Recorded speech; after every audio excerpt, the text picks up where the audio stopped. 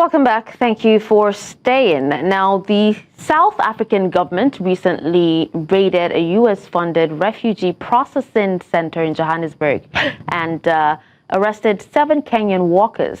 Now, South Africa claims that these workers were illegal because they were working on tourist visas after their official work permits had been denied. The South African government viewed the operation as a violation of their sovereignty and immigration laws. This incident is part of a larger diplomatic fight over a U.S. program aimed at helping white South Africans move to America as refugees. Now, while the U.S. argues that these individuals face persecution, South Africa strongly denies this and views the U.S. program as an insult. The irony of the situation is that the U.S., which often takes a strict stance on illegal immigration, is being accused of using undocumented workers to run its own immigration programs abroad. Now, joining us to make sense of this, we have Mikatekiso Kubayi, Senior Researcher, Institute for Global Dialogue in Johannesburg, South Africa, and Yemi Fajemisin, geopolitics analyst, Glasgow, UK. I think I'm in the holiday spirit at this moment. All right, so now let's begin with you, Mr. Kubayi. Pretoria claims that, they previously denied work visas for these specific Kenyan nationals, yet they appeared months later on tourist visas, to perform the same work. Is this a simple clerical oversight by the U.S. State Department, or is it a calculated bypass of South African sovereignty? Well, one, often avoids, the temptation to speculate, on strategic posturings, of states, against one or another. What can be, maybe perhaps deduced, from all of this, given what the Trump administration, first said, in January this year, 2025, among the first executive orders signed by President Trump, on a harsher, stance towards South Africa from the onset, from the very beginning, of the year. And of course, the acceleration of the tensions between the two states. Since then, this does not come, therefore, as a surprise, that you start to see things of this nature. The reality is, you have, people that are working, at a particular platform in South Africa that do not have the correct documentation to do so. In the same way that any other country, would respond, to people working there without documentation, South Africa has done that. It found out that there are these people that had been previously denied, a particular visa that they had sought to work here, but still they carry on anyway doing it. South Africa could also have denied the tourism visa. But it doesn't want to do that because, why would you want to now, target all Kenyans, in that particular, instance, or any African for that matter? So it was very specific on this particular specific case. It all has, the machinations of an attempt to embarrass South Africa, an attempt to undermine South African sovereignty, to lower confidence, in South African authorities and so on. And I think South African authorities have acted, correctly in defense of South Africa's sovereignty. And it's a simple matter. If you do not have the correct paperwork, do not conduct, that particular business, that you have, been rejected a visa for.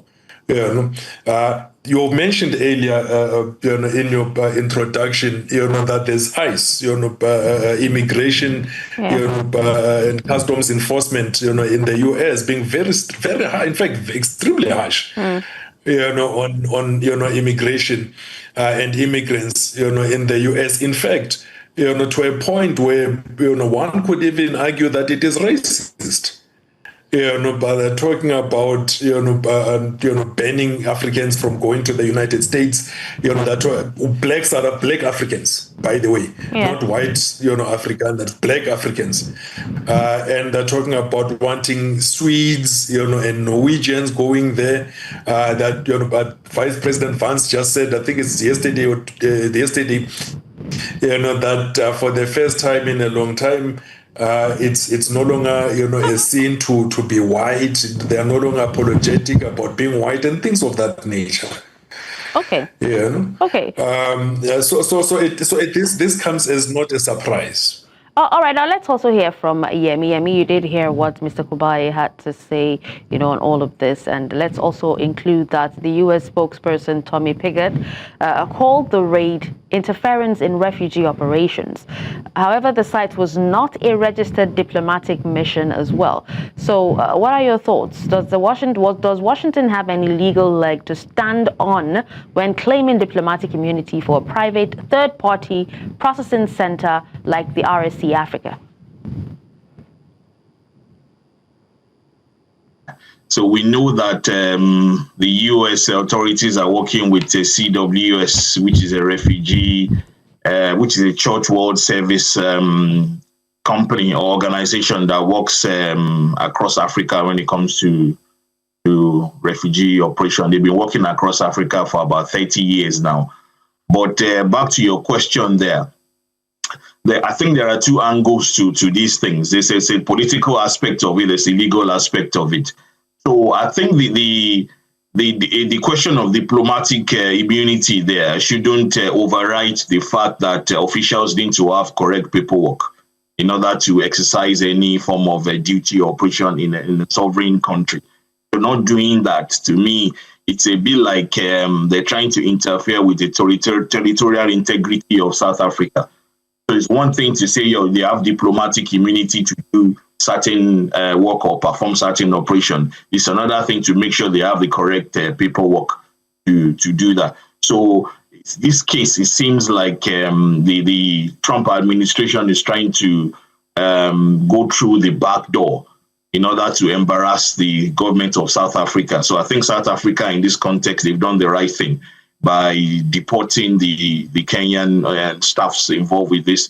And I believe they've also issued them like a 5-year ban as well from returning to South Africa. Let's come back and hear from you, Mr. Kubayi, because this raid actually occurred on December 16. That is South Africa's Day of Reconciliation. Now, looking at the symbolic weight of this particular holiday, would you say that this raid was a routine enforcement of immigration law, or was it a pointed political message to the Trump administration? No, not quite, my sister. Remember, the sequence of events, right? It's the Trump administration that has been accusing South Africa of, the systematic persecution, of Afrikaners. White people of the Afrikaner group in South Africa, stealing their lands without compensation, and so on and so forth. So South Africa has been rebutting all of these true arguments over the course of the whole year. Since January, since that first executive order was signed. So it's South Africa literally saying, cut it out.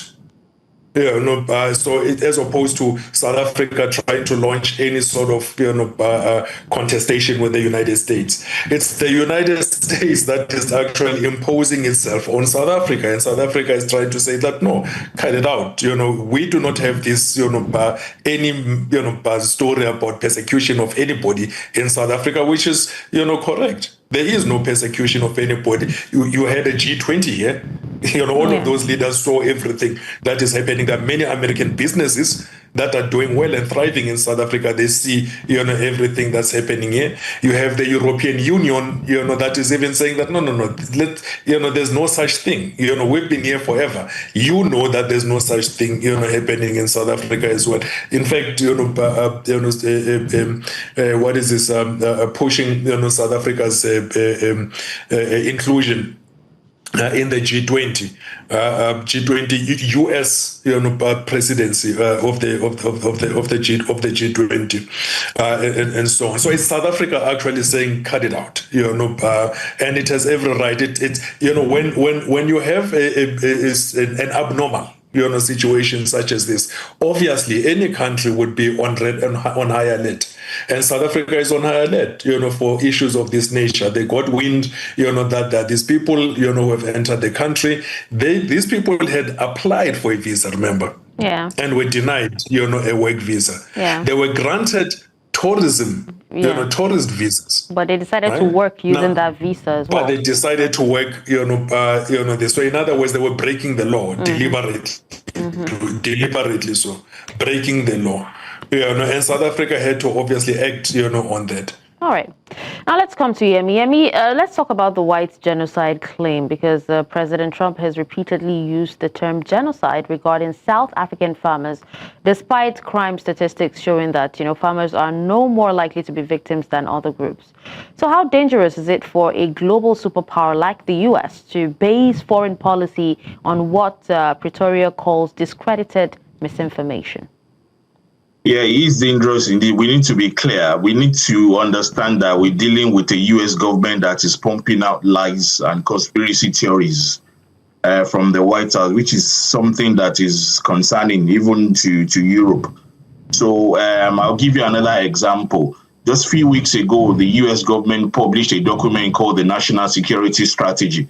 So in the National Security Strategy, they made a baseless claim saying the European civilization is under threat because of migration, when the evidence suggests that although we do have an issue of illegal migration in Europe, however, there's a fall in migration in Europe in general.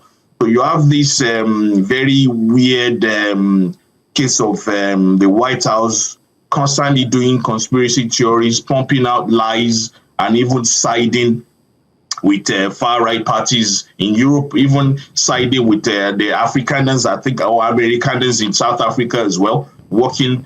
We had the case of J.D. Vance earlier in the year, came to Europe. Instead of discussing the issue of Ukraine, he met AFD, which is a far-right party in Germany. So there's a policy shift generally from the White House, and which is in the area of social media, where influencers, different people, pump out or amplify these conspiracy theories. So across the political landscape, I think it's a concerning trend that should worry everyone, where we have the leader of the free world in the White House constantly lying and pumping out conspiracy theories.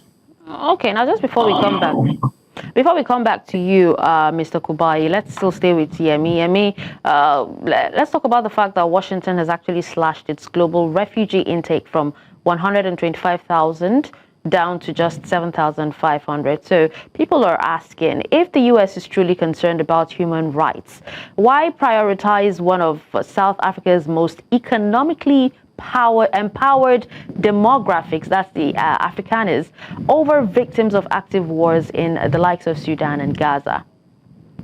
Yes, a lot of people have alluded to that as well, and so many people have branded the idea as a purely racist, where you have all these countries, mostly African countries, that are being banned for asylum or even entry into the United States. So we have a president or Trump administration, we can say they are very unpredictable. You'd be surprised, they will say one thing today, they will say another thing tomorrow. So I'll give you another classic example. The U.S. administration now is declaring an economic war, or even like a war on the sea on Venezuela. So nobody knows if they want to invade Venezuela, if they want a regime change. So while they're doing that against Venezuela, at the same time, they're revoking visas of Venezuelans that's under protection in America. So it doesn't make sense. So on the one hand, you're declaring a war on Venezuela. On the other hand, you're revoking visas of Venezuela citizens present in the U.S. that are under protection. So it paints us a very clear picture of the kind of administration we're looking in the Trump administration. So you've seen cases where President Trump himself is questioned why they can't take people in from Norway, from Denmark, which simply means white people. And why are they taking in people from deprived countries? So yeah, it is something that's very concerning, and many people have branded the idea as being racist, and it's looking like that. Okay. Now let's come back to you, Mr. Kubayi. There's actually a staggering irony here, because an administration that campaigned on zero tolerance for illegal immigration is accused of using undocumented workers to run its own immigration programs. I mean, we've seen that happen. In fact, Nigeria is also on the partial ban list, the recent partial ban list as well. So how does this impact U.S. credibility when lecturing other nations on the rule of law? Well, the issue of credibility has been in doubt for quite some time. Even before this issue started, double standards in the application of international law, and so on. Here we're dealing with an administration that has been made it very clear even before coming into power in January, that they are going to try and flex military might, flex economic might and political might, to impose their will on everybody. They have demonstrated that, in their relations with the European Union. They're doing that, with their relationship with Africa. They're doing that, to Venezuela, as Femi has just mentioned, right now. So the issue of credibility is something that was questionable even before the administration came in. This whole idea of peace through strength, if you like, and so on. The demonstration, of pure power, as the pathway, towards getting what you want, and so on. That national security strategy talks about American dominance. Right? Why dominance? Why would you want to dominate, the world? The world has not asked for American leadership, has not asked for American dominance. The world simply wants to do trade with everybody. But here you have an American administration that is saying to South Africa that you cannot have relations with China, with Russia, with Iran, with anybody else unless we say so. Unless we deem it essentially fit, that you do so. Whereas they are available, they are able to trade with whoever they want. In fact, they do business, a lot of business with China. They do a lot of business with Russia even. They do a lot of business with anybody that they want. And they consistently say that they act only in defense of American interests, but to hell with everybody else's interests. That behavior is, repeated, on the issue of the G20, where they unilaterally put South Africa out of this year's, G20 activities, and invite Poland, right? Which is white, very white, essentially. Once again, while even saying things like, Somalia, and other African countries are like dirty and all of these things, purely racist, and they don't care anymore about how they look, how they appear, in the what is it, the minds of the global public. That I think they long gave up on an idea of looking a particular way to the rest of the world. They don't care about that anymore. Okay, now coming back to Yemi. In line with what he has just said, the workers belong to RSC Africa, operated by Church World Service. So also questions are being asked about why the U.S. government would be outsourcing such a sensitive vetting to a Kenyan-based NGO rather than using its own vetted consular staff. What do you think? Because a lot of people have actually said it seems kind of shady. Does this suggest a lack of official transparency? In this context, I will argue the U.S. official would the argument will be that because CWS and Church World Service, they've got an experience. They've been working for about 30 years in Africa and working with the U.S. RAP, which is the refugee body in Africa on behalf of U.S. So that probably will be their argument there.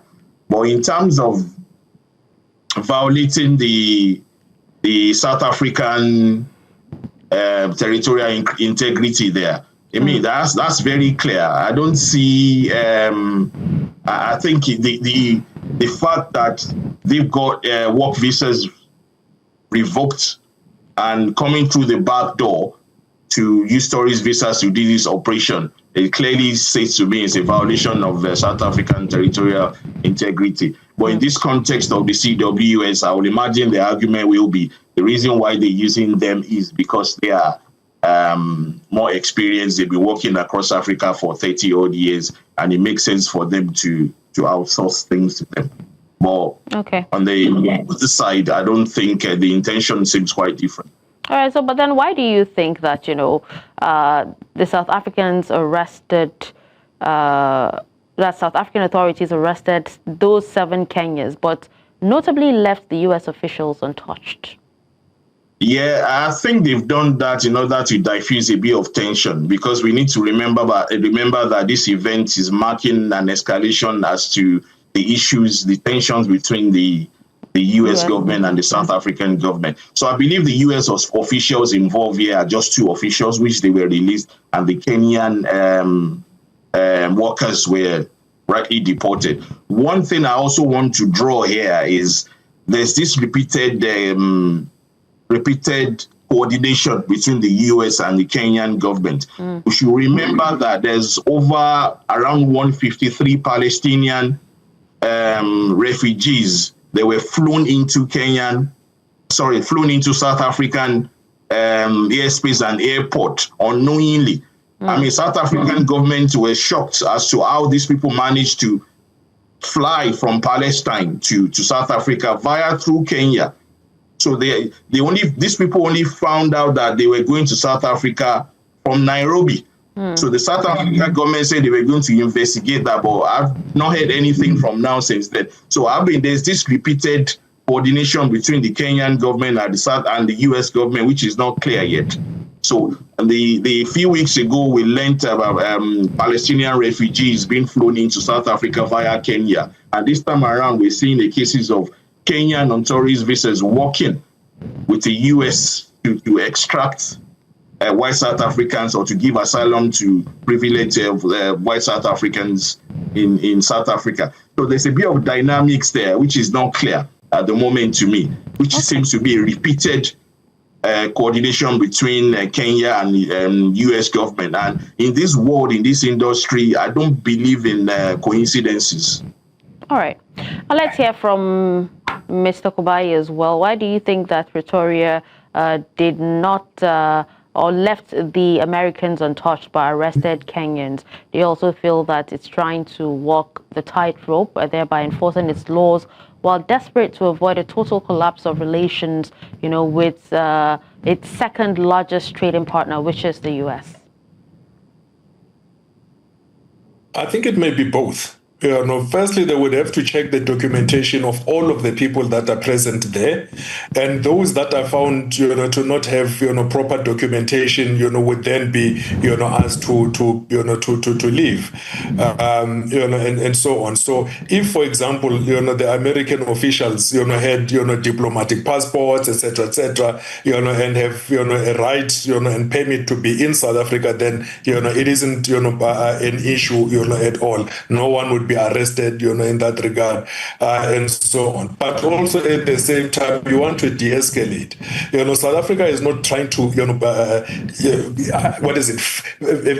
fend the fire, if you like, and so on. It's trying to de-escalate, the tension. It's trying to remove, the tensions, altogether, and move towards, a more cordial, relationship, and resume proper, normal, healthy trade, between the two states, and so on. So it's the United States literally imposing itself on South Africa, not the other way around, and so on. And South Africa is very much correct, to defend its sovereignty, of course, on this. But to touch on this issue of Kenya, that Kenya is a U.S. non-NATO ally. right? So it would be very interesting to hear, what Kenyan authorities actually, I think, of, this situation that has been, developing, over the course of the last few months. First, it's this issue with the Palestinians, and then now, we hear of these, officials that, have been deported from Kenya, and so on and so forth. It seems like, there's something, happening there. There's some undercurrents, if you like, bubbling there. And we understand very well, the close, ties between, the United States, and Kenya. And by the way, Kenya is not the only pivot, of the U.S. Well, at least the new pivot, for the U.S. or the continent either. There are a few more countries, that, we notice, this happening with. But it would be interesting to hear what Kenyans themselves, have to say about this, what this being done to a fellow African country, all right, and so on. So let's hear your final thoughts, Mr. Kubayi, before we wrap up. Yeah, we unfortunately, we have an administration that is, consistent, and is determined to show the whole world that, it wills, enormous might. And with that might, it is going to impose itself on anyone and everyone. Right? It is going to take what it wants. It's not going to negotiate. It's not going to ask. It's going to simply take it, because it has the might, to achieve, that taking, right? It has one of the world's largest militaries, it has one of the world's largest arsenals. It spends, one of the largest budgets, in the world. In fact, the largest budget, on the military, and so on and so forth. So despite its waning influence, in fact, I think with this kind of behavior, all of that influence is essentially just about gone, apart, of course, from the by fear of, punitive measures, from the Trump administration. Beyond that, I think all goodwill, would essentially have evaporated, and at this particular point. But that's the reality we're living in. It's a new era. We have an administration that, is saying to the rest of the world, to hell with whatever it is that you guys think of us. We will do this because this is what we want. We will take whatever we want because we have the muscle, to do so. And there's nothing that you can essentially do about it. Okay. Let's have your final thoughts as well, Yemi. Yes, as Mr. Kubayi said, so we have a Trump administration that is quite unpredictable, and just they do what they call, what I will personally call, bully and negotiate. So they like to bully, they negotiate to put pressure on for countries to do their bidding. Let's not forget that this is not only a South African issue. The Indians were shocked. Most Indians actually love Trump. During Trump 1.0, when Trump was there, the first presidency on Trump, or for Trump, he actually went to India and addressed rallies. This time around is different. He's put higher tariffs on India for buying Russian oil. So that's a shift. So that tells us of how predictable the Trump administration is. But I think regarding to South Africa, the best we can do is just to resolve things diplomatically. South African government, I'm sure, doesn't want things to escalate. President Ramaphosa is very experienced. He's a fine man. He's a decent man. I'm sure he's going to be trying his best to resolve things diplomatically, other than to behave irrational as the U.S. administration has been doing. All right.